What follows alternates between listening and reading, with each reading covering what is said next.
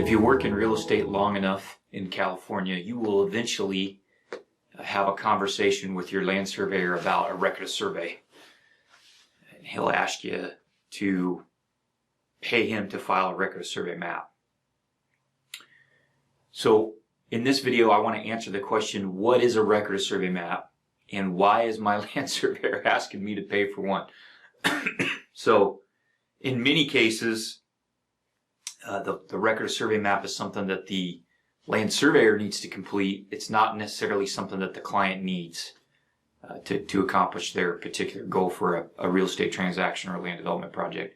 But it's a legal obligation that the land surveyor has that he needs to meet, and we'll talk about where that legal obligation comes from. There are some circumstances in which it's a really good idea for a client to ask for a record of survey to be filed by his surveyor. So even if the surveyor doesn't have a legal obligation, it's something the client wants to have done. And so I'm going to explain why that might be, what circumstances that might occur in, so that you understand the difference between the two. But before we answer those questions, let's talk for a minute about exactly what a record of survey map is. And if you see me glancing to the right here, I have some notes. I want to make sure I don't forget any important points. So what is a record of survey map? A record of survey map is essentially a record, in air quotes, record of a survey, a boundary survey typically, that a surveyor has performed. And so it's going to show the parcels being surveyed. It's going to show the bearings and distances around that parcel boundary typically. It's going to show the monuments that the surveyor found or that he set. It might show physical occupations like walls and fences. It might have notes about deeds. It might have notes about other survey maps in the area or of the subject parcel. So it's the surveyor's way of putting into the record the results of his survey. And usually when a record of survey is filed, there's been some field work. So he's putting into the record how he gathered information in the field, what the results of his analysis were, and he's documenting the method he used to resolve the boundary of the subject parcel. And I don't want to get too technical in this video because it's made for clients and for brokers and other people in the real estate industry that aren't necessarily surveyors. But essentially, it's a digital record of the survey that was performed. And one of the reasons it's really important is it helps preserve evidence of boundary location for future land surveyors. So that's a really key thing. We'll talk about that again at the end of the video for just a minute. So a record of survey is prepared. It's a special kind of map prepared by a land surveyor, and they're filed with the county surveyor in California. The county surveyor usually does some review. He checks for some things. There's a little checklist that the county surveyor uses. And then he files the map. So it doesn't get recorded like a deed, but it gets filed with the county surveyor. He'll assign it a number. It's usually a book and a page number. And then the county surveyor is required by law to keep an index, a geographic index of where all those maps are at. So why are record of survey maps required? Why might a land surveyor come to you if he's working for you on a real estate project and say, I need you to pay to have a record of survey map filed? So there's basically 4 reasons why a land surveyor might need to file a record of survey map. And these are all what we call triggers. So these are triggers defined by law. And state law, this is state law. It's not common law. It's not federal law. It's statute, state code. It's in the California Business and Professions Code. It says in section 8762, it spells out these 4 triggers. And what it says is if a land surveyor hits any of these triggers as part of his work, he must file a record of survey map with the county. So they don't give us a choice. This is a government mandate. Okay, so what are the 4 triggers?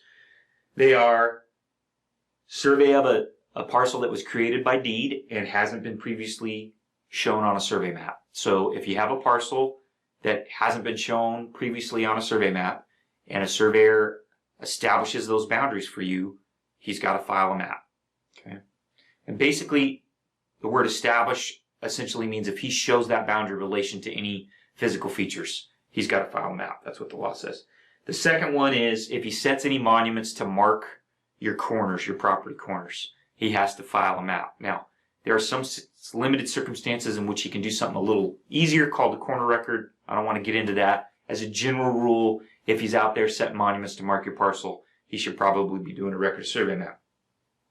The third reason is if he finds any corners in what we call public land survey system survey. So that's sectionalized land. If he establishes any quarter corners or section corners as part of his survey, by law, he has to file a record of survey map. And then finally, the fourth reason is if he discovers any conflicting evidence related to your parcel boundary. That could be physical evidence that conflicts. So maybe your deed at one of the corner calls for a pipe and he finds a mound of stone, or it calls for a mound of stone and he finds a pipe. That's a conflict, okay, in the physical character of a monument. Maybe the deed calls for the center of the creek and there's no creek. There's a dry gully. Okay, that would be an example of evidence that's physical evidence that conflicts with what the surveyor expects to find. And then finally, it could be conflicts between his measurements, the measurements in his survey, and historical measurements. That's what surveyors call record measurements. So if there's a conflict between what he finds today and what's in the historical land records, that could be a trigger. So for example, if your deed says that the south side of your parcel should be 100 feet and the surveyor measures it and he finds out it's 110 feet, that's what we call a discrepancy, material discrepancy, and the surveyor has to file a record of survey map. So that's a requirement of the law. It doesn't matter if you want a record of survey or not as a client. It doesn't matter if you want to pay for a record of survey or not as a client. The land surveyor has a legal obligation to file a record of survey map if he meets those triggers. He has to do that whether you pay him or not. So obviously, to stay in business, a land surveyor in private practice has to charge his client when he believes a record of survey map is going to be required. And in a lot of cases, a surveyor can determine that ahead of time, just based on the available land records and his knowledge of working in the area. Sometimes a surveyor doesn't know until he gets partway through the survey that a record of survey map is going to be needed. But a land surveyor should always be at least discussing the possibility of that requirement with you. Because he may need to, as part of your project, he may need to file a record of survey map. And so if he hasn't had a conversation with you about that, he needs to do that. Or she needs to do that. And they should talk to you about roughly what that might cost. And maybe I'll do that in a video. We can talk a little bit about what I think a good record of survey map should cost. So you need to understand that if your land surveyor isn't addressing that record of survey requirement in his proposal, he's either breaking the law and not filing a map when he should be, which happens a lot, or he's setting you up for an extra service charge, an additional service. In other words, he's going to come back after you've signed him up to do the job and he's going to ask for more money. Neither of those things are good for you as a client. You don't want a surveyor that breaks the law, and you don't want a surveyor that's going to come and give you a surprise bill. So you should make sure, if the surveyor's talking to you about the need for a record of survey map, that means you've got an honest surveyor who's trying to follow the law. He doesn't want to give you a surprise bill. It's a good thing. It's not a bad thing. Now, let's talk about some situations when you may want, as a client, to have your surveyor file a record of survey, whether he's required to do so by law or not. So there are situations where even if your surveyor doesn't hit a trigger, you want him to file a record of survey. And there's a couple reasons why you might want to do that as a client. One is, if you're paying for a survey, it really makes sense to get an official copy of the survey into the county records. That's going to make it easy for all future surveyors and other neighbors to find the survey that you paid for, right? And it's also more likely, this isn't guaranteed, but it's more likely if your survey's filed with the county on a record of survey map that future surveyors are going to respect the survey that you obtain. They're going to respect the corners that your surveyor set. They're not going to question them. So that's a good reason to get it done. Get it into the county record so everybody else can see it. And it's also, it lends some authority to the monuments that have been set on the survey. So just give you a quick story. I got a call from a gentleman in the East Bay area. He was trying to put up a fence. He asked me to give him a rough idea of what that might cost to get a survey done. So I took a look at it. I told him, this is going to be several $1,000s. Your property hasn't been surveyed in over 100 years. There's not a lot of evidence to find. He said, well, I don't understand. He said, my neighbor just got a survey last year. And he said, well, I checked the county records. I didn't see a survey. I didn't see a survey on file with the county. He says, can you double check? Because I know my neighbor paid for a survey and he got his property corner monument set. I can show you where the rebars are that the surveyor set. So I said, sure, it's possible we missed something. So I went ahead and called the county surveyor. I said, hey, got this landowner. He's saying his neighbor got a survey. I can't find any record of it. Did I miss something? Do you have a copy in your files? County surveyor did some checking, called me back a couple days later, said, nope, no record of a survey that was filed. So here's what I told the landowner that was asking me about the price on the survey. I said, look, your neighbor wasted his money on that survey. And essentially those pipes that were set by that surveyor, they mean basically nothing to me. They hold very little value.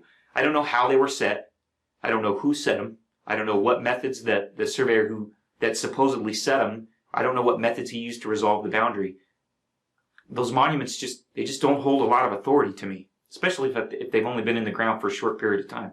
So I said, essentially, your neighbor wasted his money on a survey, and he probably, if the surveyor didn't file a record of survey map like he was supposed to, that means he broke the law. That means I probably don't trust his work anyways. If he broke the law doing that, how do I know, why would I trust that he did a good job of resolving the boundary? I don't trust that he did. So in those situations, if you've got a land surveyor who's working to resolve your boundary, he's going to charge you a lot of money to do that, several $1,000s in most cases. Have him set monuments and memorialize the survey with a record of survey map filed at the county.